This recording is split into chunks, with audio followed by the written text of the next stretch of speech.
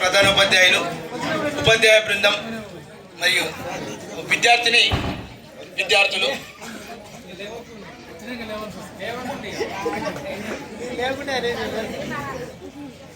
నేటి వీడ్కోలు సమావేశాన్ని ఉద్దేశించి కొద్దిగా మాట్లాడతాను.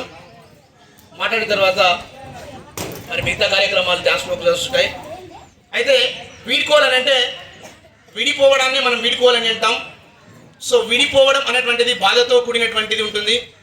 ఎవరు ఎక్కడ విడిపోయినా కంపల్సరీ ఇద్దరు వ్యక్తుల్లో బాధ అనేటువంటిది ఉంటూ ఉంది. మనము తల్లిదండ్రుల నుంచి పిల్లలు విడిపోవడం, లేదా తల్లిదండ్రుల నుంచి మరి బిడ్డలు విడిపోవడం, తర్వాత భార్యాభర్తలు విడిపోవడం, స్నేహితులు విడిపోవడం, ఇలా జీవితంలో ఎన్నో విడిపోవడం అనేటువంటిది ఏదైతే ఉందో అంతా కూడా బాధతో ఉంటుంది. మరి వీడ్కోలు అనేటువంటిది ఈరోజు మనం 10వ తరగతి వీడ్కోలు సమావేశం ఏర్పాటు చేసినప్పుడు కొంతమంది విద్యార్థులు ఇప్పుడు బయటకు పోయినారు, కొంతమంది ఆబ్సెంట్ అయ్యిండ్రు ఈ యొక్క సమావేశానికి, లేదా స్కూల్కు రాలేదు. అయితే ఇలా 10వ తరగతిలో ఒక వీడ్కోలు సమావేశం, ఇంటర్లో వీడ్కోలు, డిగ్రీలో వీడ్కోలు, పీజీలో వీడ్కోలు, జాబ్ వచ్చినాక వీడ్కోలు, జాబు పొందిన తర్వాత పదవి విరమణ వీడ్కోలు, ఇలా జీవితంలో ఎన్నో వీడ్కోలు సమావేశాలు ఉంటే కొన్ని వీడ్కోలు సమావేశాలు కొంతమంది ఆబ్సెంట్ అవుతూ ఉంటారు. కానీ మానవుడి జీవితంలో 2 వీడ్కోలు సమావేశాలు ఉంటాయి. ప్రతి వ్యక్తి ఆ జీవితంలో ఆ వీడ్కోలు సమావేశాల్లో ఖచ్చితంగా పాల్గొంటారు. మరి ఆ వీడ్కోలు అనేటువంటి ఏందో చెప్పబోతున్నాం, చాలా జాగ్రత్త వినాలి విద్యార్థులు, ఎవరు మాట్లాడొద్దు. మానవుని జీవితంలో 2 ఉంటాయి వీడ్కోళ్ళు. మొదటి వీడ్కోలు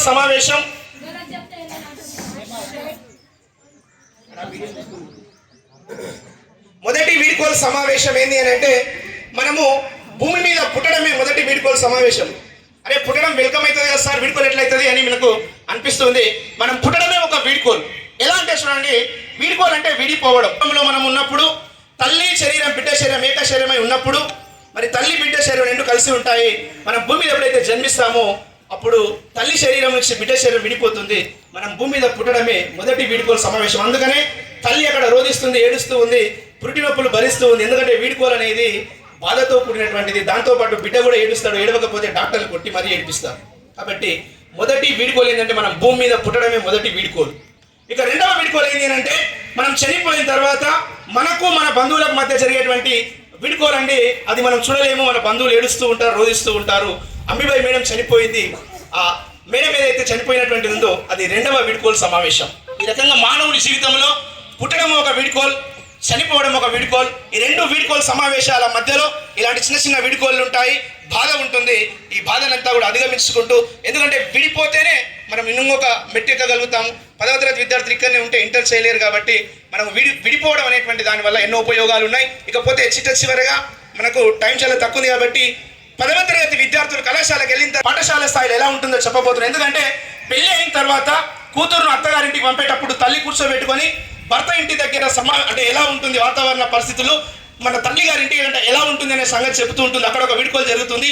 ఈ రోజు మిమ్మల్ని పంపిస్తున్నాం మేమనంటే ఒక బిడ్డను ఒక అత్తగారింటికి పంపేటువంటి సన్నివేశంగా మీరు ఊహించుకోవాలి. ఎందుకంటే పాఠశాల అనేటువంటి ఒక తల్లిగారి ఇంటి లాంటిది, కళాశాల అనేటువంటిది అత్తగారి ఇంటి లాంటిది. ఎందుకంటున్నా అత్తగారిలు తల్లిగారిలు అంటే పాఠశాలలో ఉన్నటువంటి విద్యా విధానాన్ని అంతా కూడా మనం గమనించినట్లయితే మార్జాల న్యాయం అనేటువంటిది చేస్తారు ఇక్కడ ఉన్నటువంటి ఉపాధ్యాయులు. మార్జాలము అని అంటే పిల్లి అని అర్థం. పిల్లలను ప్రసవించిన తర్వాత ఒక ఇంటి నుంచి మరొక ఇంటికి తీసుకొని వెళ్ళాలి అంటే తన నోట్లో ఖర్చుకొని ఆ తల్లి బిడ్డల్ని తీసుకొని పోతూ ఉంది. తల్లి పిల్లలను నోట్లో ఖర్చుకొని తీసుకొని వెళుతూ ఉన్నటువంటి క్రమంలో పొరపాటున ఆ చిన్న పిల్ల నోట్లోకి వెళ్ళి తల్లి నోట్లోకి వెళ్ళి కింద పడిపోతే మళ్ళీ తల్లి రివర్స్ వచ్చేసి మళ్ళీ నోట్లో ఖర్చుకొని తీసుకొని పోతుంది. ఒకవేళ తల్లి నోట్లో నుంచి పిల్ల ఏదైతే పిల్ల ఉందో కింద పడిపోతే తప్పెవరిదండి? పిల్లదా తల్లిదా? పిల్లదా? తల్లిది. కాబట్టి పాఠశాలలో ఉన్నటువంటి ఉపాధ్యాయులంతా కూడా మార్జాల న్యాయం చేస్తారు. మీరు ఎందుకు స్కూల్కు రాలేదు, ఎందుకు ఎగ్జామ్ రాయలేదు, ఎందుకు చదవలేదు అని ఒక పిల్లి తన పిల్లల్ని ఎట్లయితే నోట్లో ఖర్చుకొని పోతుందో అలా ప్రతి నిత్యం మిమ్మల్ని తీసుకొని పోతూ ఉంటారు. ఇది పాఠశాలలో ఉన్నటువంటి విద్యా విధానం. ఇక మీరు పాఠశాల వెళ్ళిన తర్వాత 10వ తరగతి విద్యార్థులను జాగ్రత్తగా గమనించాలి. కళాశాలకు వెళ్ళిన తర్వాత విద్యా విధానంలో పెను మార్పులు సంభవిస్తాయి. మరి ఏం జరుగుతుంది అక్కడ అంటే మర్కటక న్యాయం అనేటువంటిది చేస్తారు అక్కడ ఉన్నటువంటి అధ్యాపకులు. మర్కటకం అంటే కోతి. సో ఈ పిల్లి తన నోట్లో పిల్లలను ఖర్చుకొని తీసుకొని పోతూ ఉంటుంది. కోతి పిల్లలను తీసుకొని పోవాలి అని అంటే మీరు గమనించారో లేదో, కోతి తల్లి కోతిని పిల్ల కోతి ఉదరానికి ఇలా బిగిర పట్టుకొని ఉంటుంది. గమనించలేదా? అంటే ఇప్పుడు తల్లి శరీరాన్ని ఎవరు పట్టుకుంటారు? బిడ్డ పట్టుకోవాలి. ఒకవేళ ఒక కొమ్మ నుంచి మరొక కొమ్మకు కోతి దుంకేటప్పుడు పొరపాటున పిల్ల కోతి కింద పడిపోతే తప్పెవరిది? పిల్లదా తల్లిదా? పిల్లది. కాబట్టి కళాశాలకు వెళ్ళిన తర్వాత లెక్చరర్లు ఎట్లయితే మన పాఠశాలలో ఎట్లయితే మిమ్మల్ని అడగంటి ఉండి చదవండి, ఎగ్జామ్ రాయండి, ఎందుకు రాలేదనేటువంటి విషయం అడగరండి. ఎట్లయితే కోతిలాగా తల్లి కోతి ఎట్లయితే బిడ్డలను పట్టుకోవాలో, బిడ్డనే తల్లిని పట్టుకోవాలో, అలా మీరే ఉపాధ్యాయులు అంటి పెట్టుకొని ఉండి ఆ రకంగా ఉండాలి అని చెప్పేసి తెలియచేస్తూ, జీవితంలో ఆ రకంగా మీరు ఇప్పుడు ఉన్నటువంటి పాఠశాల స్థాయి నుంచి కళాశాలకు వెళ్ళగానే పెను మార్పులు సంభవిస్తాయి. కాబట్టి ఇలా మార్చల న్యాయం కాకుండా మరకటక న్యాయం ఉంటుంది. కాబట్టి ఎలా చదవాలి, ఎలా ఉండాలి, నన్ను సార్ అడగాలనేటువంటి ఉద్దేశం ఉండకుండా ఉండాలని తెలియజేస్తూ ఈ యొక్క అవకాశం ఇచ్చినటువంటి పెద్దలకు ధన్యవాదాలు తెలియజేస్తూ, ఇంకా చాలా విషయాలు ఉంటాయి కానీ ఎందుకంటే సమయం చాలా తక్కువ ఉంది కాబట్టి ముగిస్తున్నాను. ఇక చివరిగా అందరూ కూడా పాటపాడు అన్నారు కాబట్టి యాక్చువల్ పాత పాట అంటే స్నేహానికి సంబంధించి. ఎందుకంటే ఈరోజు 10th క్లాస్ విద్యార్థులు విడిచి వెళుతున్నారు కాబట్టి ఆల్రెడీ ఇంతకుముందు పాడిన పాటనే, బట్ ఫ్రెండ్షిప్ సంబంధించి. స్నేహమేరా జీవితానికి వెలుగునిచ్చే వెన్నెలా, స్నేహమేరా బ్రతుకు బాటలో నీడనిచ్చే మల్లెలా, నీడనిచ్చే మల్లెలా. తప్పటడుగులు వేసినప్పుడు, పిచ్చి గీతలు గీసినప్పుడు, తప్పటడుగులు వేసినప్పుడు, పిచ్చి గీతలు గీసినప్పుడు, ఆశయానికై సాగినప్పుడు, అశువులొడ్డి నిలిచినప్పుడు, అశువులొడ్డి నిలిచినప్పుడు, స్నేహమేరా జీవితానికి వెలుగునిచ్చే వెన్నెలా, స్నేహమేరా బ్రతుకు బాటలో నీడనిచ్చే మల్లెలా.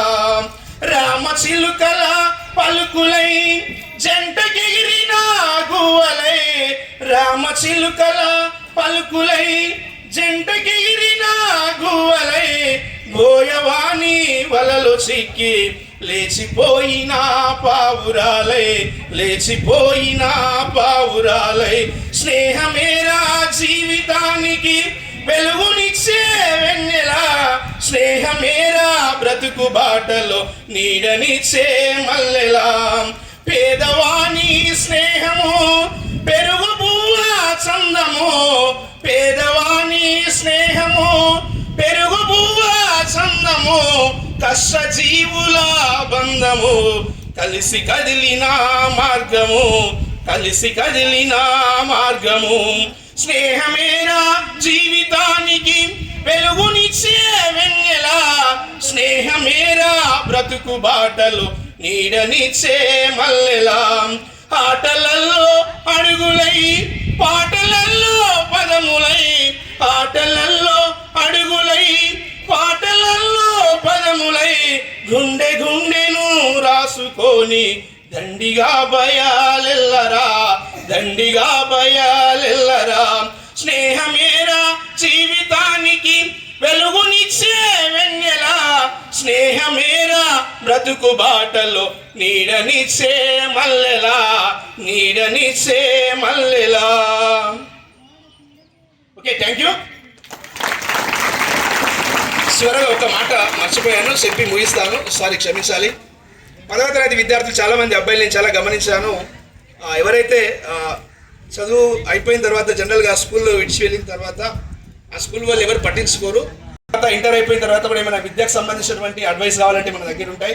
ఎవరైతే అబ్బాయిలు ఉన్నారో 18 years ఎవరైతే నిండి ఉంటారో వాళ్ళకి అగ్నిపత్ ద్వారా బార్డర్లో సైనికులుగా చేరడానికి అవకాశం ఉందని నేను పంపిస్తాను. ఎవరైతే ఇప్పుడు మన స్కూల్లో జనరల్గా చదువు తక్కువ కొంచెం బాడీ బాగా ఉన్నటువంటి అబ్బాయిలు ఉన్నారు. కాబట్టి ఎవరైతే 18 years మీరు ఇంటర్ అయిపోయినాక కానీ ఎవరైతే 18 years ఉంటారో మనకు స్కూల్కి వచ్చి హెడ్ మాస్టర్ని కలిస్తే నాకు సారు చెప్తాడు. కాబట్టి మిమ్మల్ని బార్డర్కి పంపించేటువంటి బాధ్యత నాది, నేను తీసుకుంటాను. మిమ్మల్ని తీసుకొని బార్డర్కి పంపిస్తాను. తర్వాత ఎవరైతే ఇంటర్ అయిపోయిన తర్వాత ఎంసెట్ కానీ నీట్ కానీ అలాంటివి రాసి షీట్ రాకపోతే ఒకవేళ ప్రైవేట్ షీట్ కావాలన్నా కూడా మనం ప్రొవైడ్ చేస్తామండి. చాలా నెట్వర్క్ ఉంటుంది మనకి. ఇప్పుడు ఇండియాలో ఒక ఎంబీబీఎస్ షీట్ కావాలంటే ₹1 కోటి ఉంది సార్. మనకి ఫారెన్ పంపిస్తే 20 లక్షల్లో నేను 30 లక్షల్లో ఇప్పించేటువంటి అవకాశం ఉంది నా దగ్గర. నాకు హైదరాబాద్ నుంచి ఈ ప్రపంచంలో ఏ దేశం కన్నా పంపించేటువంటి అవకాశం ఉంది. ఎవరికైనా మీ బంధువుల్లో నీట్ ఎంబీబీఎస్ సీట్ కావాలన్నా కూడా ఇప్పించేటువంటి అవకాశం ఉంది. కాబట్టి చెప్పే అంశం ఏంటంటే మీరు ఏ కోర్సు చదవాలనుకున్నా, ఈవెన్ సివిల్స్ చదవాలి, కలెక్టర్ కావాలన్నా కూడా కలెక్టర్ ఎలా కావాలనేటువంటిది మమ్మల్ని సంప్రదిస్తే ఏ కాలేజీలో చదవాలి, ఎలా వెళ్ళాలి, ఏ బుక్స్ చదవాలి అన్నీ కూడా అడ్వైస్ ఇస్తాం. మొన్న ఒక స్టూడెంట్కి నేను చెప్తూ ఉంటే నేను కలెక్టర్ చేస్తా అంటే వాళ్ళ ఫ్రెండ్ అంటుంది నువ్వే కావచ్చు కదా కలెక్టర్, నేను కలెక్టర్ చదివిస్తా అంటే చేపిస్తా అంటే నువ్వే కావచ్చు కదా కలెక్టర్. చెప్తా సమాధానం ఎందుకు మేము కాలేదు అని అంటే మాకు తెలియదు, తెలిసిన దానికి సంబంధించిన ఉండదు. ఇంకోటి చూడండి, మొన్న క్రికెట్లో క్రికెట్ గెలవడానికి ఎక్కువ ప్రాముఖ్యత వహించినటువంటి వారు ఎవరండి? శాంసన్ కదా. సో ఇప్పుడు ఆ శాంసన్కు కోచ్ ఉంటాడా ఉండడా? కోచ్ ఉంటాడా ఉండడా? కోచ్ వచ్చి క్రికెట్ ఆడొచ్చు కదా, కోచ్లు క్రికెట్ ఆడొచ్చు కదా, కోచే మ్యాచ్ విన్ చేయొచ్చు కదా. కోచ్ ఆడితే మ్యాచ్ విన్ కాదు, ప్లేయర్ ఆడితేనే మ్యాచ్ విన్ అవుతుంది. కాబట్టి నువ్వెందుకు కాలేదు కలెక్టర్ అంటే కోచే, ప్లేయరే. మేము కోచ్లం, మేమందరం కూడా కోచ్లం, కలెక్టర్ అని చేస్తాం మేము, కానీ మేము కాలేము అంటే చెప్తున్న సమాధానం. చాలా మంది తెలియదు, ఈయన్నే కావచ్చు కదా, ఈయన నన్ను ఏం చేస్తాడు అనుకుంటే కోచ్లు ఏ ప్లేయర్లో అన్నా కూడా ఫుట్బాల్ కానీ వాలీబాల్ కానీ క్రికెట్లో కానీ కోచ్లు ఉంటారు. కోచ్లు వచ్చి మ్యాచ్ ఆడితే మ్యాచ్ విన్ కాదు, ప్లేయర్సే ఆడాలి. కాబట్టి ఈ రకంగా మీకు క్లర్క్ నుంచి అంటే అన్ని జడ్పెట్ల స్కూల్ ఎట్లా అంటే వీడుకోలు ఇచ్చి వదిలేస్తారు, మేము అలా కాదు, మా స్కూల్ అలాంటిది కాదు. మీరు జీవితంలో స్థిరపడే వరకు ఎంబీబీఎస్ చేస్తావా, కలెక్టర్ అవుతావా, క్లర్క్ అవుతావా, ఎస్ఐ అవుతావా, కానిస్టేబుల్ అవుతావా, అన్ని రకాలైనటువంటి సంబంధించిన అడ్వైస్ మా దగ్గర ఉంటాయి. ఎక్కడ చదవాలి లేదా ఉన్నాయి అన్ని కూడా మేము ఇస్తామని తెలియజేస్తూ, పాఠశాల మీకు రకంగా మీరు స్థిరపడే వరకు మీకు తోడ్పాటు ఉంటుందని తెలియజేస్తూ ఈ యొక్క చిన్న ఉపన్యాసం ముగిస్తున్నాను. Thank you.